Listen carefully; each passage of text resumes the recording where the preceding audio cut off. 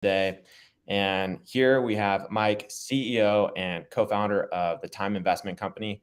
And Mike, tell us a little bit about who you are and what you do. Hey, thanks, Josh. Glad to be here. This is my first time I've ever done this, so I hope I don't stumble too much through it. Yeah, my name is Mike Hafeman. We started Time Investment Company back in 1982. It's kind of interesting because the times are pretty similar to what they are right now with this stagflation and interest rates. But we were brought up in a direct sales family, and my dad was with the West Bank Company, and it was really the cookware lines, and they would sell stainless steel, high quality, lifetime cookware for $1,200, and he'd sell it through like a Tupperware program. So we were involved with all the direct sales activities. We've traveled all over the world to these participation trips and incentive trips, and we've been to the meetings with the sales meetings, and we were brought up with that. My dad always wanted us to get involved with product, but I had more of an interest in providing the service of financing. During my college years, the only job I could find, because there wasn't a whole lot out there, was as a collector, calling up and asking people to make a payment for their cookware or whatever the product was. And I noticed at that time that the way that that company operated, it really didn't provide a lot of service to the dealer. So I went to my dad and said, "Hey, let's start a finance company." And his response was, "No, we're not gonna do that. It's too risky." But after 6 months of prodding, we finally got him to agree. And we didn't have any, hedge fund or private equity or any major investor behind us. We started with basically my parents putting our house up for collateral. We got a $100,000 loan. We started financing part-time out of the basement of my parents' house. And that's how it started. And that's how we kind of built this thing over 40 years, is constantly reinvesting our profits into equity in order to get more lines of credit and so forth. But that's basically how we started the thing, and have grown it over the last 40 years. Wow. So, Happened from selling over the phone, you're recognizing the problem. You're like, hey, people need financing. They can't purchase these things if they don't have it. right. Maybe some people can, but there's still that margin of people who you're like, we really want to serve those people too. And then being able to work with your dad to make that happen, and taking out that loan, I feel like it's like the beginning of that entrepreneurial journey of that risk. And now all of this that came from it, which is just incredible. Yeah, because you have to remember, I was like 23 years old, and at that time, I obviously thought I could conquer the world. And I'm thinking to myself, would I take a mortgage out to start a finance company for one of my kids? I probably would have, but I didn't realize the risk and the worry that was probably on my parents' shoulders at that time. But obviously, it turned out to be successful, and I think that's one of the reasons why I always kept after it, and so did my brothers kept after it, because we were worried. We didn't want my parents to go through any financial issues if the thing did not work. So it was a lot of courage and perseverance and a lot of hard work over the years. And So it's interesting because, you start this business with a loan, and today people are thinking a lot about loans and the interest rates that are changing, or especially over the last, couple of years and couple of months.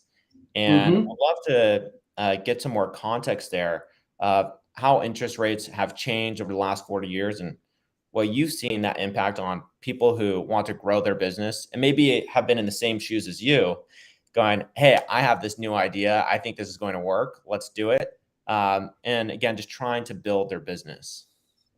Well, just to add a little contents to that,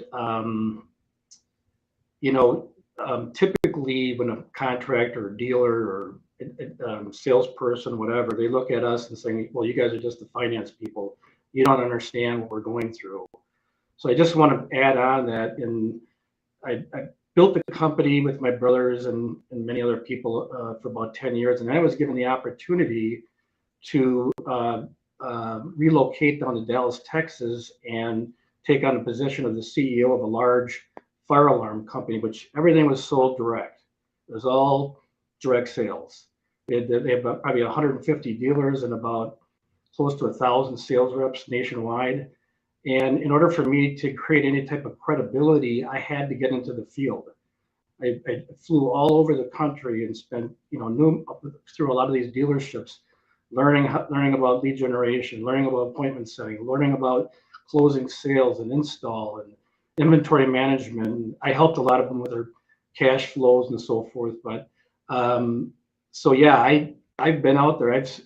I've driven on several sales calls where we go to the door and the customer never answers the door. But I've also been in tour presentations and seen the joy of closing a sale. So I just want to add that on. But over the 40 years, it's very interesting, the fluctuations in interest rates. It's been nowhere near as what it has been in the last 15 years.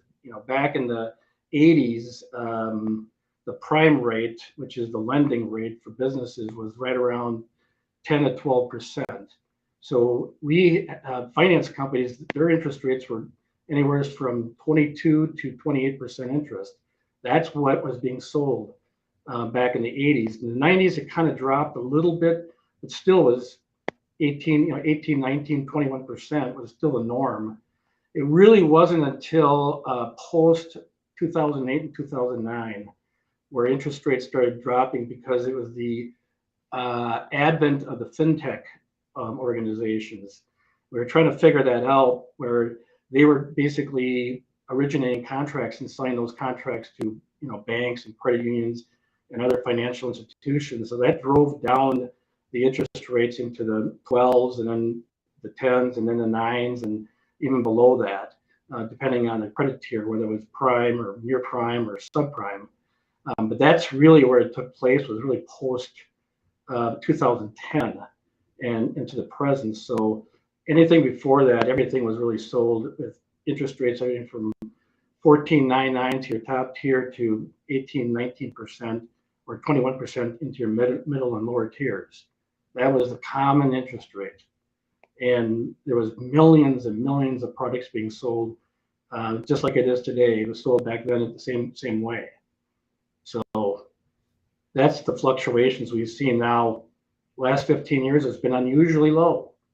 And now we're into a time period I don't think anybody really expected that we would see these rates rise. Number one, 4 or 5%, but also in such a rapid time period. So I mean, it's basically back in the 70s we went through this stagflation, and that's kind of what we're going through right now. Is you're kind of in a recessionary time, but inflation is high, and they're trying to drive down inflation with higher interest rates, basically forcing people to slow down their spending is what it is. So we're kind of having to deal with it. It reminds me of, I was talking to this person who owns a lot of multiplexes, and he was telling me the story of how he bought a multiplex at a 12% interest rate. This was a while back ago during that period of time, and how at that time looked like a great deal. He's like, that interest rate was low for where he was at and where the economy was at.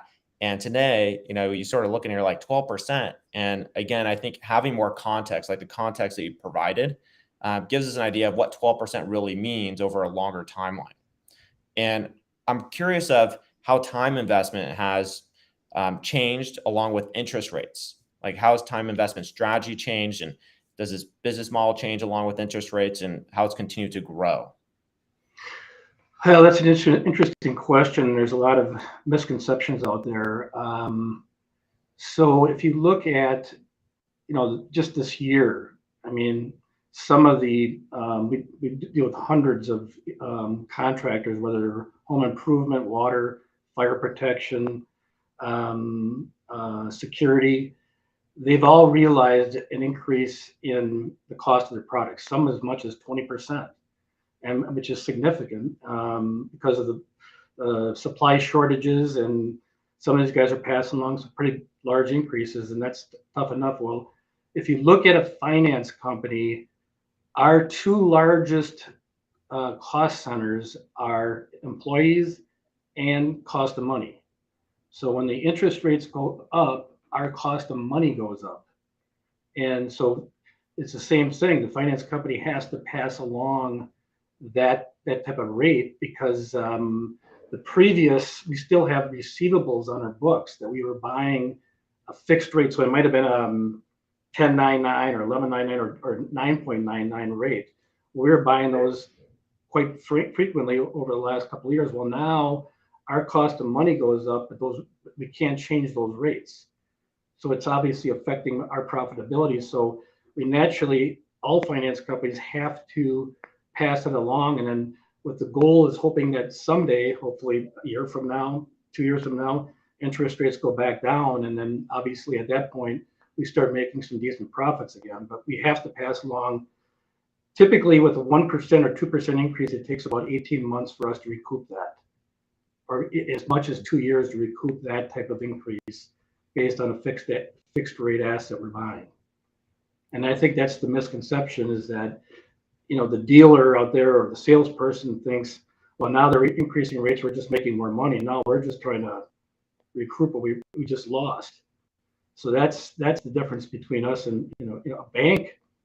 A bank enjoys increased rates because they're typically going to make more money, but not the finance companies. Totally different ballgame. And there's many different stakeholders in the relationship of buying and selling goods. And just before this call, we were talking about how interest rates affect different industries. And you had mentioned the home improvement industry as an industry that has I wouldn't say necessarily unique, but it affects it in different ways in other industries. And would love for you to provide some context of how different industries are getting affected by these interest rates and industries that you work with.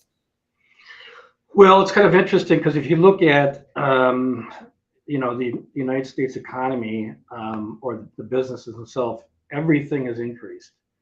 Auto loans have gone for new auto loans for prime buyers went from 3.99 to 6.99.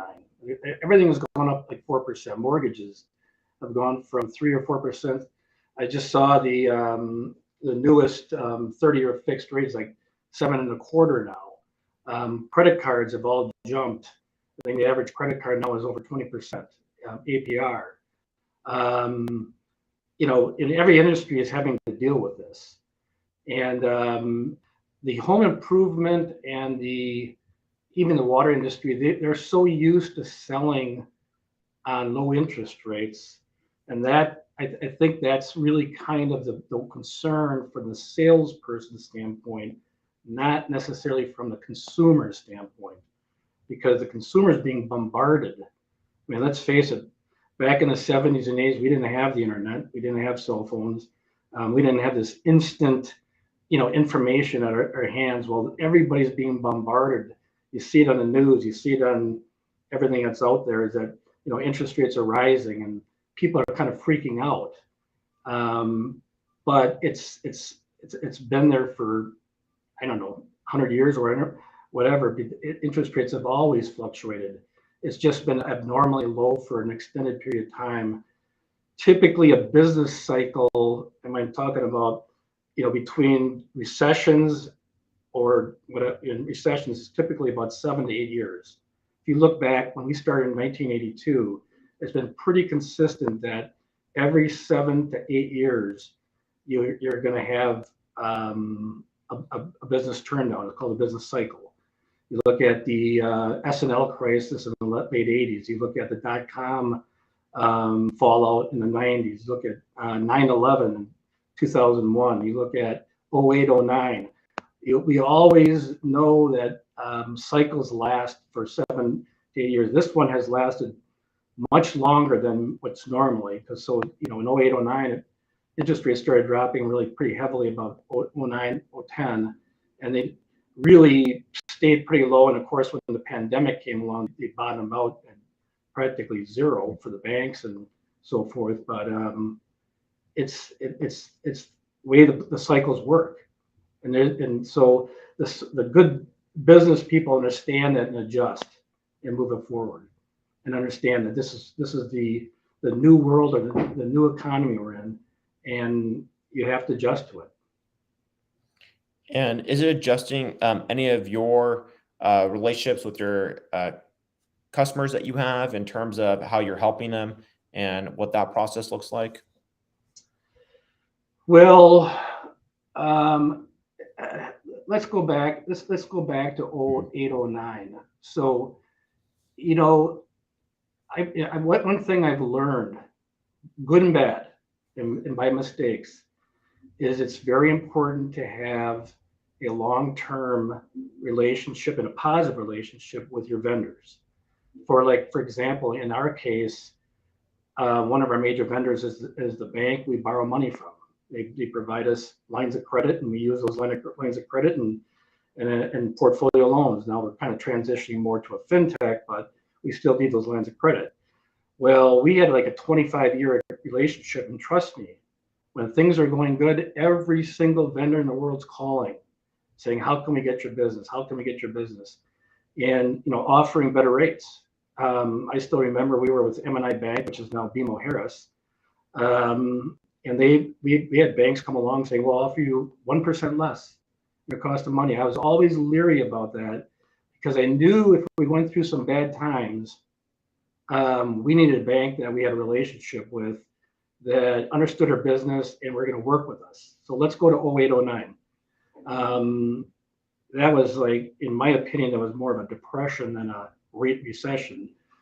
But we were fighting through that whole thing. I mean, every day we woke up and said, how many people are going to default today, and how many more losses are going to take. And we were very, very nervous, dealing with the bank. But they came in and said, "Hey, listen, you guys have been working with us for 20 years. Let's work together and get through it," which we did. I mean, now if we would have had a new relationship with some other bank, they may have said, "No, it's time, we're going to call the note. Time for you guys to find somebody else." And that's the real key with your vendors, is that when you're going along, it's really easy for people coming, "Well, I can give you 1% less or whatever," and in reality, you really want a strong partner to get you through these type of times. Um, we focus more on helping the dealer. It's kind of my experience in that fire alarm thing, understanding how a dealership works. My brothers, we've built this thing off of relationships. We've flown all over the country, spending time understanding how our dealers do business and what we can do to help them and their sales staff grow and prosper. But we also understand that you're going through these type of times. I'm telling you, Josh, in 08, 09, if I had $100 million, we would have killed it, because I can't tell you how many calls you were getting every single week begging for financing because their finance company just went out of business. Wow. And no, it was like nonstop. I mean, some of the people that are a little bit older will remember that. And we couldn't take them on because we didn't have the capital to do it at that time. Plus, we were going through our own. We serviced our existing dealers and made sure they were continuing getting their financing. But that's a real big key. And moving forward, our emphasis here is more. Yes, we're moving kind of in that fintech model, but we also want to hybrid that in with kind of the old school, that when you call and somebody actually answers the phone and tries to help you with your problem. Maybe it's a contract that you're frustrated with, and you want to see how you can get it paid or approved. And we have a complete concierge team, or sales reps. My brothers and I and my sister Sarah, we want to go out our way to try to help people, obviously keeping their business, operational and moving and growing as well. So those are some of the things that we want to be able to help. But when you're talking about increasing interest rates, there's an anxiety there. So anytime you're dealing with sales, and it might be sales of IT equipment, it doesn't make any difference. It's the salesman's confidence in, or salesperson's confidence in how they're presenting it. And it depends on your focus. So if the sales team is focused on selling low interest rates, that's a problem, because if you're so focused on that, then yes, you're going to have anxiety. You're going to have anxiety. Go, "Oh my God, I can't offer a 10.99 or 11.9 or 12.99 rate." because it's way too high, and that's a misnomer. It's not an equation, because over 40 years, everything we're seeing, and you talk to some of the people who have been in business, there's two type of buyers. There is a payment buyer and there's a cash buyer. The payment buyer is only looking at, in most cases, will the payment fit in my budget? So there's a company out of Indianapolis that we've been doing business for 15 years with. It's a home improvement company, and they do quite a bit of business. We do probably $1 million a month with them, and they have never sold an interest rate less than 13.99, and it's been, their credit tiers are the same as everybody else. They've put quite a bit in top tiers. And I asked him before getting on this call, I said, Bob, I said, how do you train your sales force? He says, we don't focus on interest rates. We focus on the payment. He said, but he said, it's all about your focus. So he says, if somebody needs a quality roof, or quality bath, or quality windows, that's what we're selling on, is the quality of our product, the craftsmanship of how we install it, our warranties, our customer service, our reputation. Because knowing Bob for 15 years, he's so anal about making sure his reputation in the market is outstanding. He doesn't want any customer complaints. He doesn't want anything negative on the internet or through the Better Business Bureau.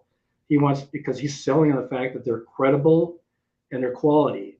And then, and when they get done with the presentation is awesome. They never mention interest rates, but they mention saying, hey, we can have this all installed for $150 or $125 or whatever it is. It's really about the payment part.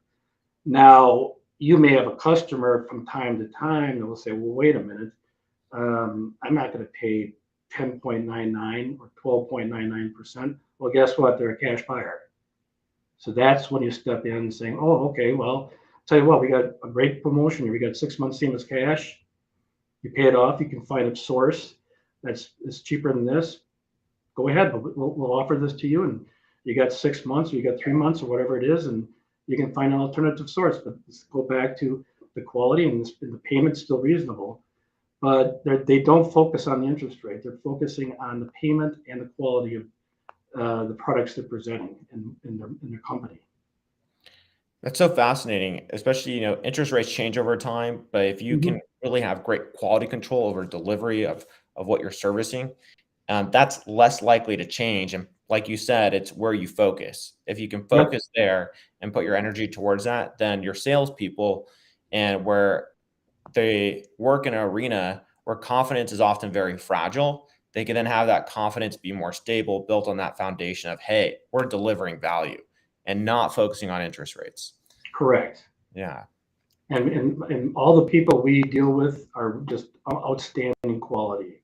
I mean, one of the things here is that because of my background in the direct sales industry, we know our frontline people. For example, the collectors, customer service, or concierge. They're dealing with either the dealer or they're dealing with the ultimate customer. So we always bring in, typically maybe semi-annually, bring in a home improvement dealer or a water purification dealer or fire alarm dealer or somebody within it, and to do a presentation in front of the entire group. Because the reason we do that is we don't want a customer to call one of our customer service reps and say, hey, I just spent $15,000 on windows and I'm kind of concerned about. The worst thing that can happen is for that customer service rep going, wow, that's a lot of money. And because it puts already a question in that person's head. So we train them all the time and are on it all the time saying, wow, no, that's pretty much par, and it's great quality products. We've been dealing with this company for 5 years, 10 years. They have a great reputation. They always take care of the customers. You got a quality investment, which kind of brings up the reason we call this time investment company, because every time people call up there, they think we're a brokerage firm. They go, what's time investment company? And it kind of goes back to the initial start of the company, and we came up with time because you're making payments over time. But my father was this way and we were this way, is that we don't look at someone buying home improvement products or water products or fire alarms as just buying a product. They're really investing. They're investing in their home. They're investing in their personal security. They're investing in quality water, their health. And that's why we refer to it as time investment company, because we're facilitating their monthly investment into their lives. And that's the purpose why we call it time investment company. And we live by that. We live by that, and we talk about it often. And we believe that we're helping people invest in their lives is what we feel pretty strongly about. Yeah, and I feel like that motto helps build that relationship much deeper. If you're just focused on strictly loans and interest rates and that aspect rather than the actual outcome, then it's going to reflect in the relationships that you build and the foundation of the company. And your foundation is now built on something that's much more solid for you to continue driving forward as interest rates change. And I think that's one of the beautiful parts of where we're at in the economy is that you've set that foundation to help your customers out and also for them to know what to expect of you. And that's very powerful. Yeah, and I, it's kind of interesting. We don't think about it, but I got a call from a banker, I don't know, probably 2 months ago, and he goes, "I cannot believe you guys are still in business after 40 years." And I go, "What do you mean by that?" He goes, "Look back at all the behemoths that have been in this industry since 1982, the beneficials, the household finances. I mean, these were multi-million dollar companies that are no longer in existence today. I mean, I can probably name 25 or 30. And it's what you just said, is that we actually care pretty heavily about helping our dealers. And we want to communicate with them. Let's face it, the way that this industry, I'm talking about the consumer finance industry, it's going towards commoditization. What I mean by that is that all the big players out there that are in our industry, they're all looking at how can we reduce costs, because they're working off of very thin margins. So when contracts are submitted, whether it's auto decisioning or being looked at by an underwriter, most of it's going to be auto decision, and everybody's going to look at the algorithms of what does that contract look like. Well, we have auto decisioning too, but a computer is precise. So if your maximum debt to income ratio on a specific credit tier is 50%, or 50% DTI, and the computer calculates the contract for approval if somebody comes in at 51, it's naturally going to reject that contract because it doesn't fit within those particular parameters. So the difference with us is that we want to take a look at that contract pretty rapidly and saying, oh, it's 51%, we'll just go ahead and approve it. But I am telling everybody that that's where this industry is going. Everybody's going to fintech. Everybody's going to be auto decisioning. There's not going to be a lot of human interaction, because when you're doing billions of dollars worth of business, that's how you're going to make your money, because the margins are very tiny. You're talking probably 1 or 2 or 3 points is what they're making. So they obviously have to cut back in other areas. So Yeah, it's interesting. You speak to this idea that I think you have this automated system that says your business is black and white. And yep. if it's not white or it's not black, we're just going to push it aside. Correct. And as you know, and I think business owners who come and talk to you know, it's like business is far from black and white. There's a lot of gray area that needs to get figured out. And sometimes they're close to figuring out. And you can have those conversations with them about what the projections of their business look like, what they're working on to achieve those projections, what they're looking on to help their customers, and their new initiatives. But you can't plug in those things into a system. Yeah. Yeah, and I had a dealer call me. I think it was in the water industry, a couple of weeks ago, and he goes, "Hey, I really love what you guys are doing. I love your service and communications, but I can get I can get a lower interest rate by 1%. Now, I'm not talking about a discount. I'm talking about 1% APR on the consumer rate." And I go, "Yeah," I said, "Unfortunately, that's kind of that's where we're at." And he goes, well, then I'm going to probably have to move some of my business elsewhere. I said, because of 1%. I said, are you kidding me? And I said, you know, you got to pay just like they do. I mean, when someone's out marketing a product, they're selling on quality of craftsmanship, they're selling on quality of service. Well, that's what we're selling on. Well, there's a price to that. And if everybody wants the industry to go to 100% commoditization or 100%, you know, just black and white through computers, that's where it's going to go. But if you're trying to build your business, listen, I've seen it. I've been out with the sales rep.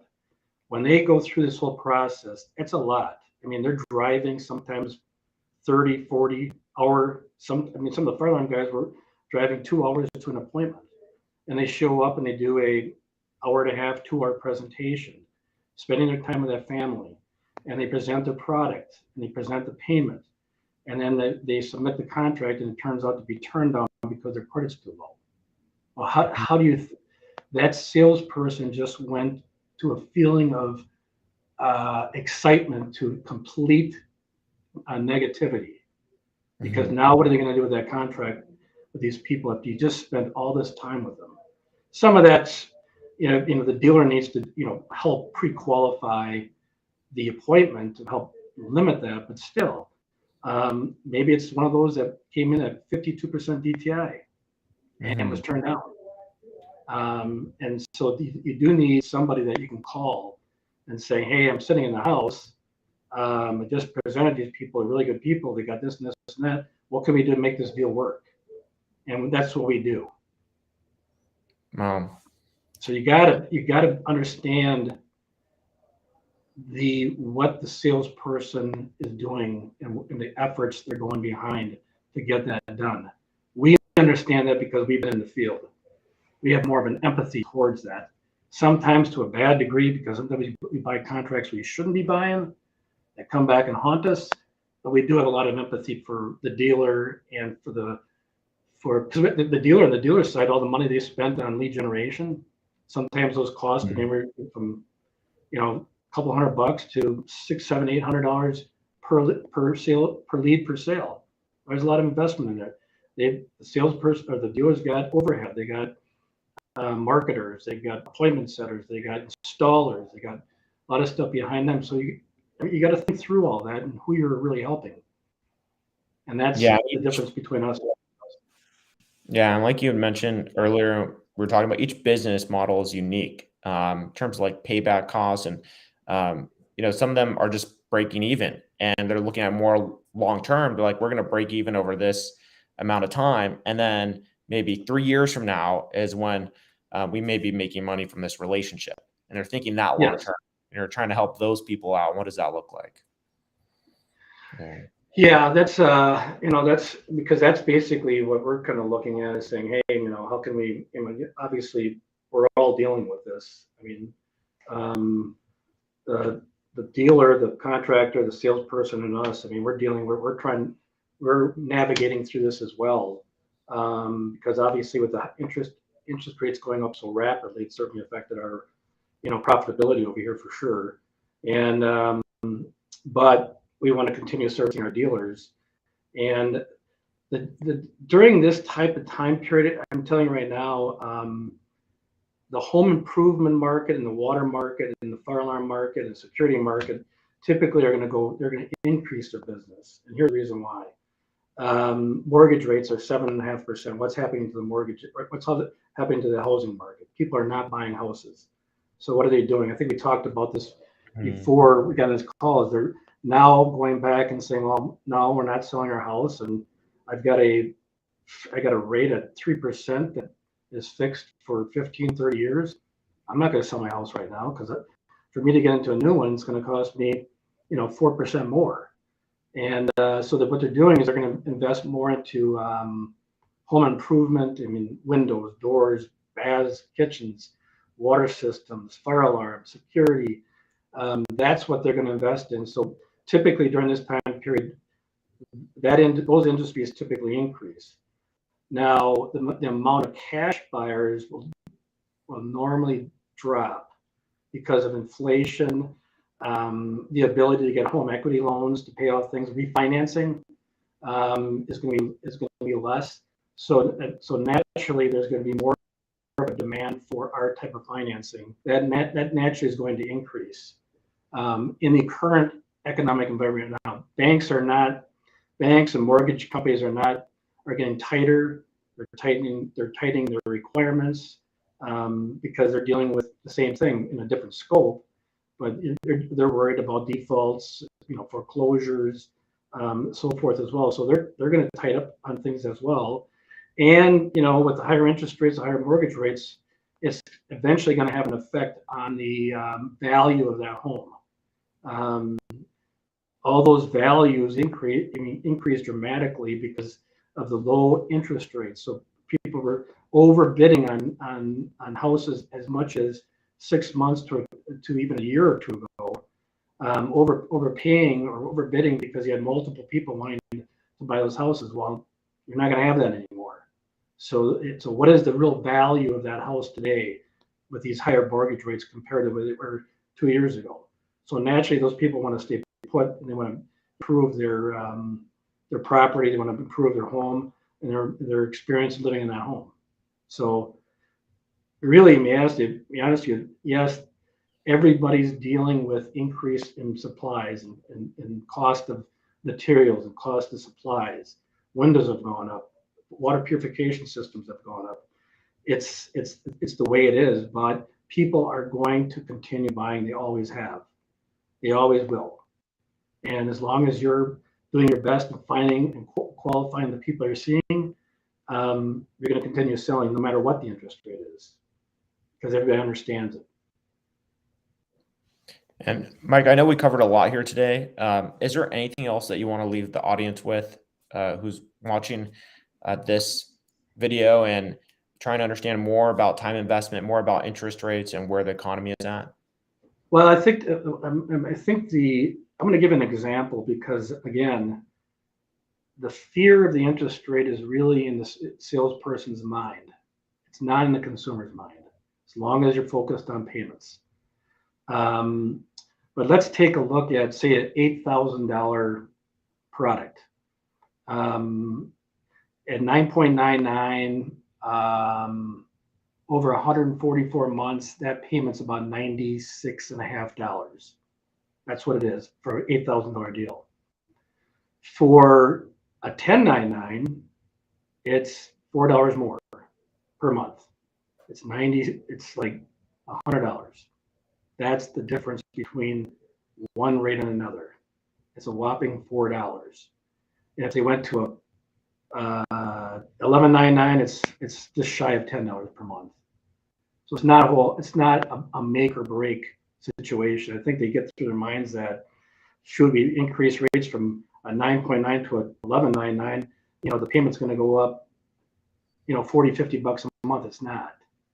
And and we've got programs here that we can help the dealer out. And actually, if we have to increase the rates, we can work out something in reference to try to keep that payment pretty much close to what it was at the lower rate. So the interest rate is, I shouldn't say it's irrelevant, but every consumer knows rates are going up. And the payment buyers understand that. So we're here to help our dealers. We're here to grow the company. We have an excellent staff, 40 years of experience. We understand underwriting, but we also understand the other side of the aisle. We understand what the dealer and the salespeople and their whole entire staff are going through. So that's what we're all about. And if you look at our core purpose is we build quality relationships. That's all we do. Well, I think we're going to go ahead and rock and roll from there. Mike, thank you so much for being here with us, and thank you for everybody for watching. If you have any questions, make sure to go ahead and drop them on the video, and we'll check them out later and make sure to answer them. And again, thank you for the wealth of knowledge that you shared with us. And again, everybody for watching, and we'll go from here. Cheers. Thanks, Josh. Appreciate it. Thank you, guys.